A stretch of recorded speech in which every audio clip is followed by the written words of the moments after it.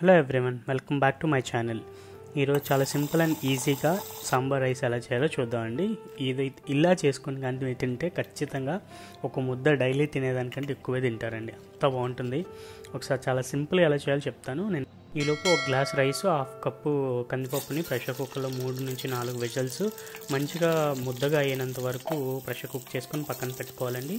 ఆయిల్లో జీలకర్ర, ఆవాలు, మెంతులు చిట్టుపట్లు ఆడించిన తర్వాత మీ ఇంట్లో ఉన్న ఫ్రెష్ వెజిటేబుల్స్ అన్నీ కూడా మీరు ముక్కలుగా కట్ చేసుకొని లో ఫ్లేమ్లో మంచిగా సాల్ట్ వేసి ముక్క ఉడికినంత కూడా కంప్లీట్గా మనం కలుపుతూను ముక్కల్ని ఫ్రై చేసుకోవాలండి.